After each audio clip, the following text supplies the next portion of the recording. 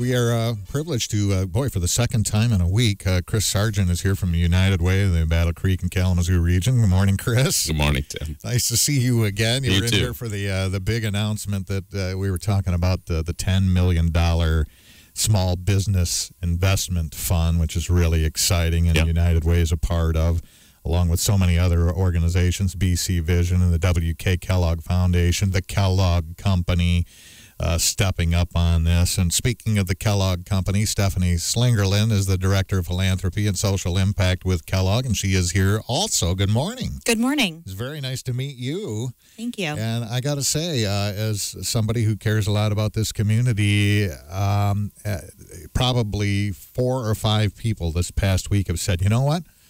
It looks like Kellogg Company's been more visible lately in trying to help out in this community. Not that they haven't before, but it just seems like there's a more visible effort with, stepping up with the job fund and then the subject we're going to talk about today. I got to tell you, 3 people have said, you know what? It really helps the positive momentum and the feeling that we have in this community that we can overcome some of the difficulties that we have. Yes, absolutely. Kellogg is absolutely committed to the local community, and one of the ways that we do that is in our partnership with United Way and helping to address hunger right here in the local community. We've just done that with an initiative we have around World Food Day, which was last week, and we're coming together in communities to address food deserts, which are areas of communities where people are more than a mile away from a grocery store, so they might not have easy access to fresh fruits and vegetables. And so we're working in communities and gardens to help ensure that people have more access to that important food and good nutrition. We had a history note this morning about the cornerstone laid for the Methodist Church downtown years and years ago, and then how satellite churches popped up not very far away, over Maple United Methodist and over on Upton Avenue. And I was thinking, back in the day where people, didn't have cars and they walked everywhere, it was very important to have churches nearby. And, we don't really have that with grocery stores and people who need them close, they're the people we're targeting. They may not even have a car. They've got to walk to get, food and groceries like that. And we've got a lot more churches than we have grocery stores, don't we? Yeah, it's really important for those folks who don't have means of transportation to get access to fresh fruits and vegetables, which is why, community gardens like the one at Lila Arboretum, which is where we were on Saturday helping out, are really important for the community. Yeah. Tell us about that project out at Lila then. I wasn't aware of the community gardens that they were growing vegetables. What's that all about? Yeah, so they have gardens available there where folks from the community can come in and have a space to grow fresh fruits and vegetables. And so we had a group of volunteers from both Kellogg and from the community out there on Saturday. It was a bit of a washout on Saturday. Yeah. I was thinking of you guys. In fact, I was going to head out there and see what was going on, and then the skies opened up, and I thought, they're not going to be there, and neither am I. Well, we were there. We were there in the rain. They needed some help assembling some picnic tables. Okay. And so we were able to be in one of their sheds there assembling picnic tables and painting them. They had some other things they had planned for us to do outside, some pruning and some other things that we didn't get to, but we still have groups of volunteers from Kellogg's getting out there to help address those needs that they have. Oh, that's great. That's great. So how many gardens would you say are out there? How many people are taking advantage of it so far, or is it really new? It's been there for a while. Yeah. It's actually a pretty big garden, and it serves dozens of folks from the community, and it's right in the heart of kind of our north side community in a lot of respects, and so I think it creates a lot of good access for people, and they have a tremendous opportunity for volunteerism. So it's a great space where we actually send a lot of volunteers throughout the spring, summer, and fall to help out.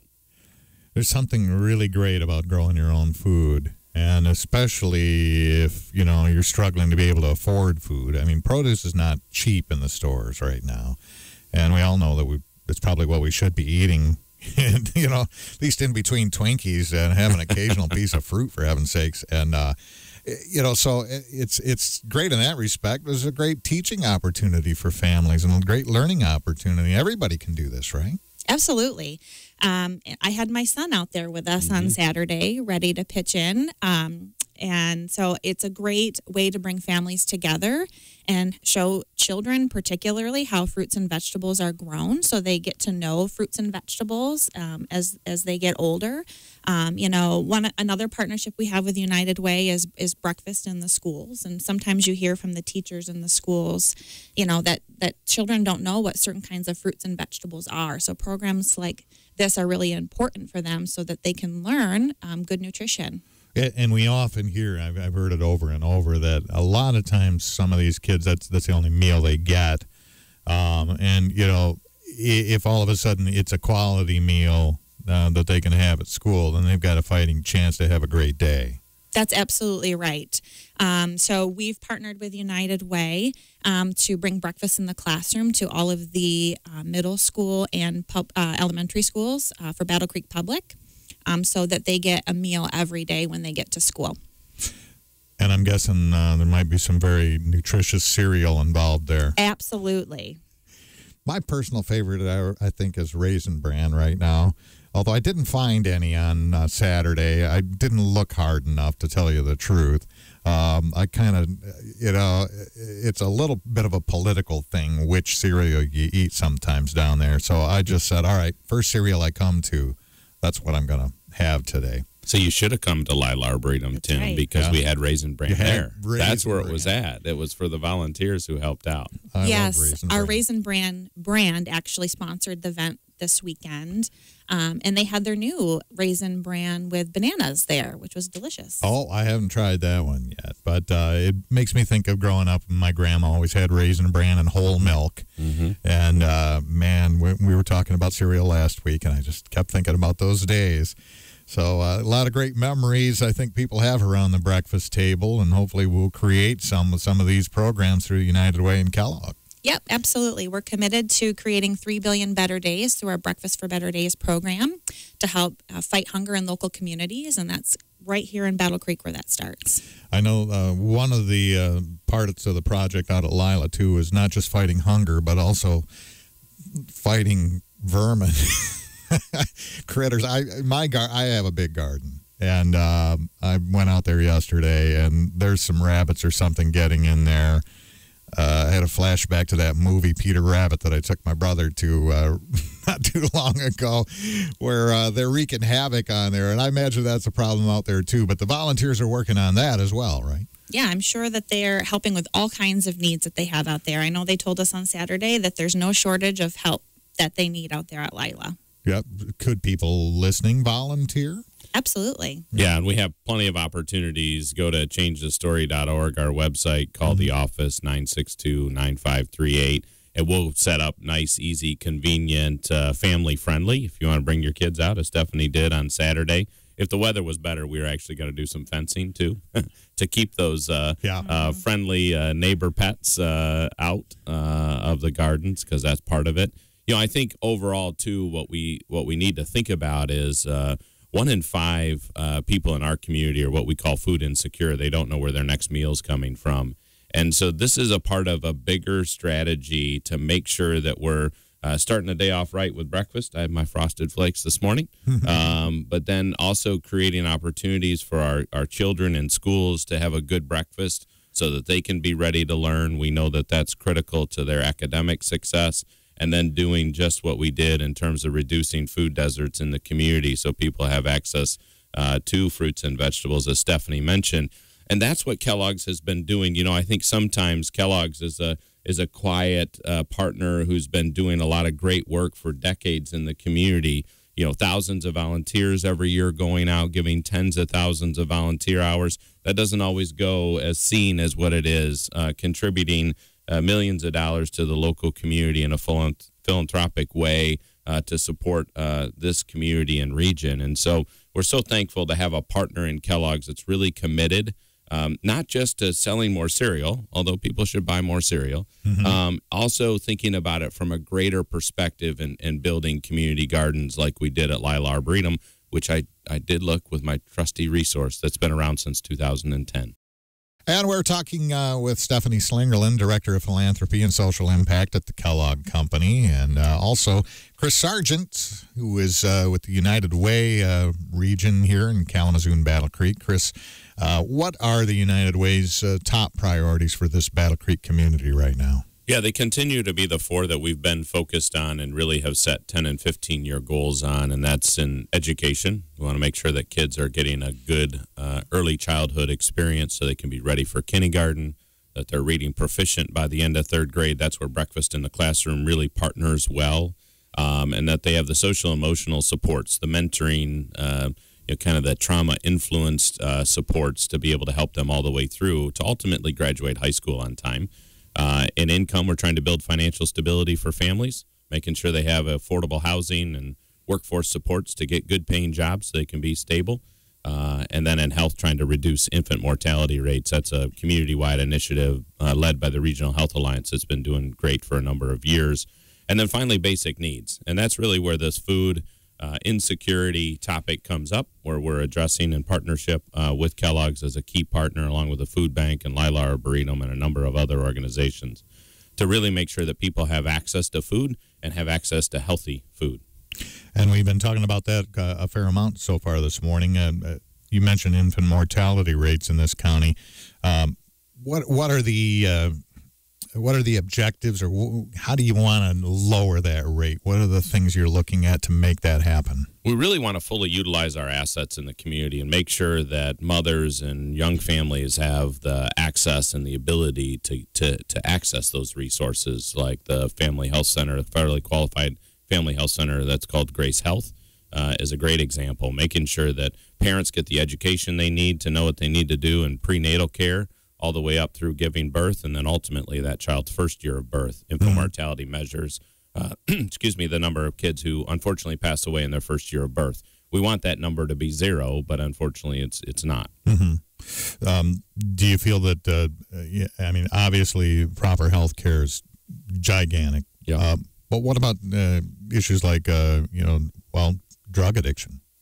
Well, we see this not only in this community but across this country, that's a huge rise, and a lot of good organizations and leaders working on that topic.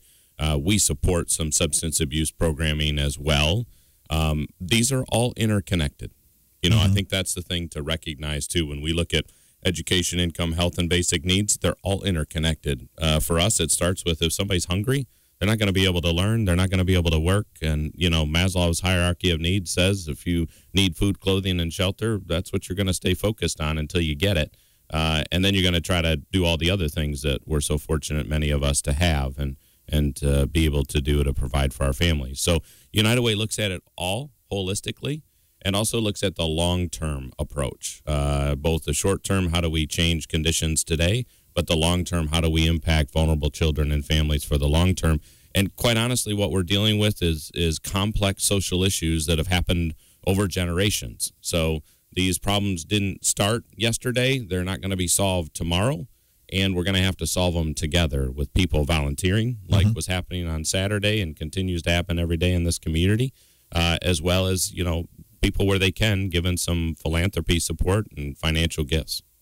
There seems to be a united effort, no pun intended. We'll take it.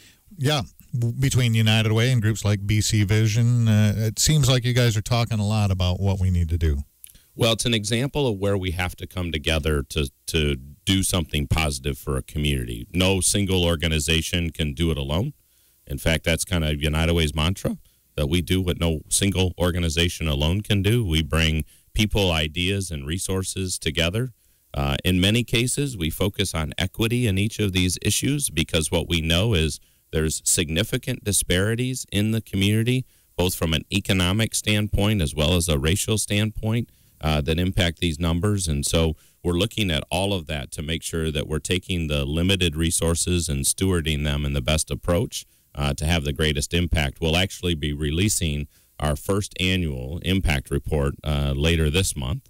And so I look forward to the opportunity to come and share kind of the big picture. What do we do in the first year that's really showing signs of significant progress that'll help us meet our 10 and 15-year goals? Great. And feel free to have Rick Chambers send that to me before any other media. Absolutely. I'm sure you're on the priority list.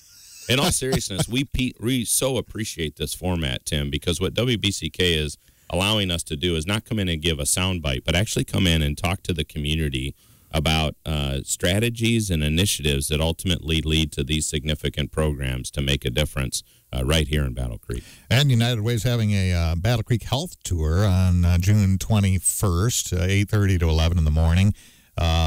Nurse Family Partnership of Calhoun County, Sexual Assault Services, Bronson Health Foundation, Grace Health, some of those involved. We'll be telling people more about that as we get a little closer in case they'd like to. Open to the public. It's an opportunity to go and see what the health work in this community that we're investing in is having in terms of significant positive impact.